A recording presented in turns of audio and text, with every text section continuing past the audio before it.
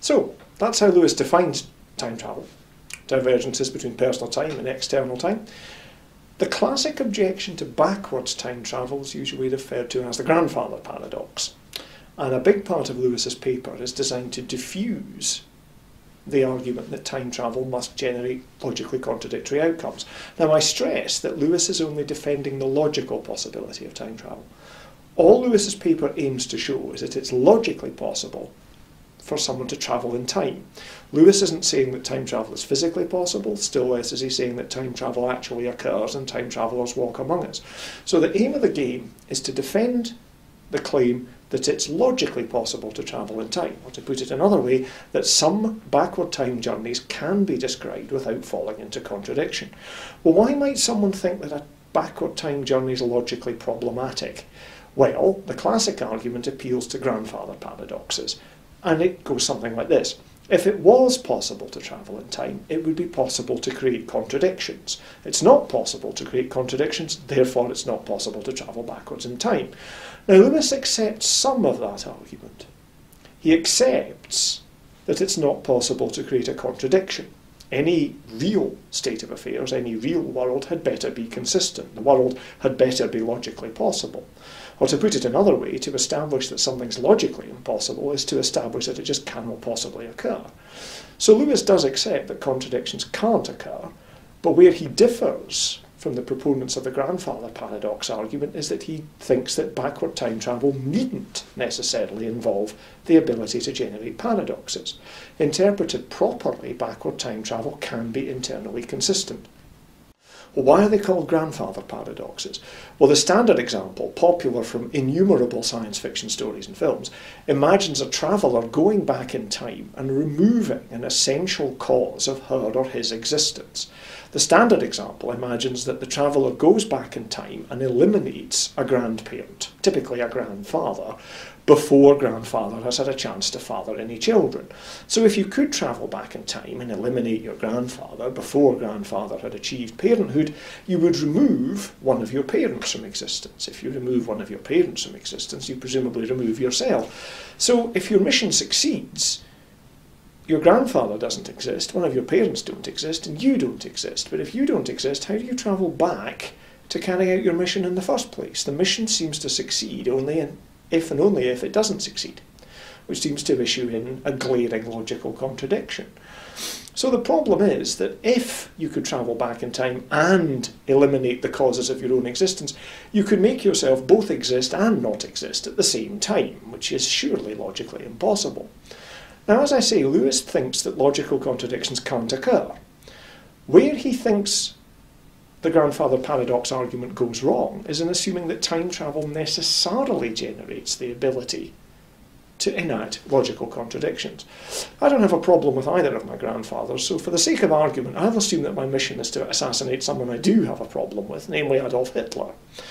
So let's suppose that I get funding to develop a time machine, and my experimental launch takes place in January 2013.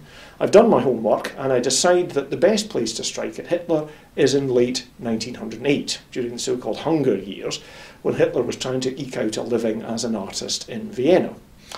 I reason that at this point Hitler doesn't have an army, he's not surrounded by security guards, he's a lone private individual, and therefore a safe target. So let's suppose that I arrive in Vienna in 1908, dressed and equipped and trained to pass myself off as a native Viennese of the period.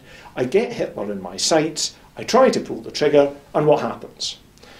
Well, something that can't happen is that I successfully assassinate in 1908 someone who doesn't in fact die until 1945.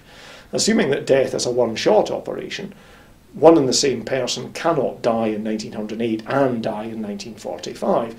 So my successfully assassinating Hitler in 1908 would generate a grandfather paradox. I should just say at this point that people seem to think that paradoxes are okay, provided history's only changed a little bit. Well, unfortunately, logic doesn't recognise things being slightly contradictory. Something's either contradictory or it isn't. So I can't do anything in 1908 that hasn't already happened in the history whence I come.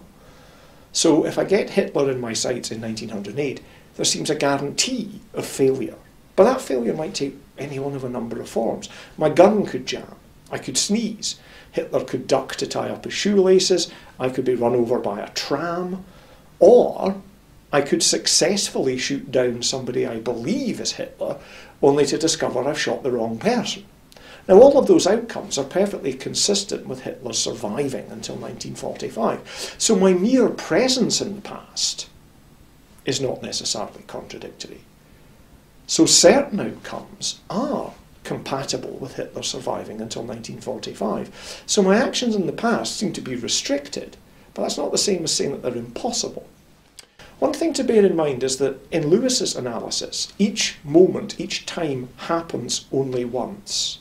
It's not that 1908 happens without my presence, and then I go back in my machine and somehow 1908 happens again, only this time I'm there. If Lewis is correct, each moment happens once and once only, and the course of history is consistent over time. So if I travel back from 2013 to 1908, the history whence I come contains anything that I get up to when I arrive at my destination in the past. So provided that the history that I come from in 2013 is consistent with the history that I arrive in 1908, there's no paradox. So where does the appearance of paradox come from? Why does the grandfather paradox argument have such an appeal? And Lewis says it's because there's an ambiguity, or worse than an ambiguity, in the argument's very first premise.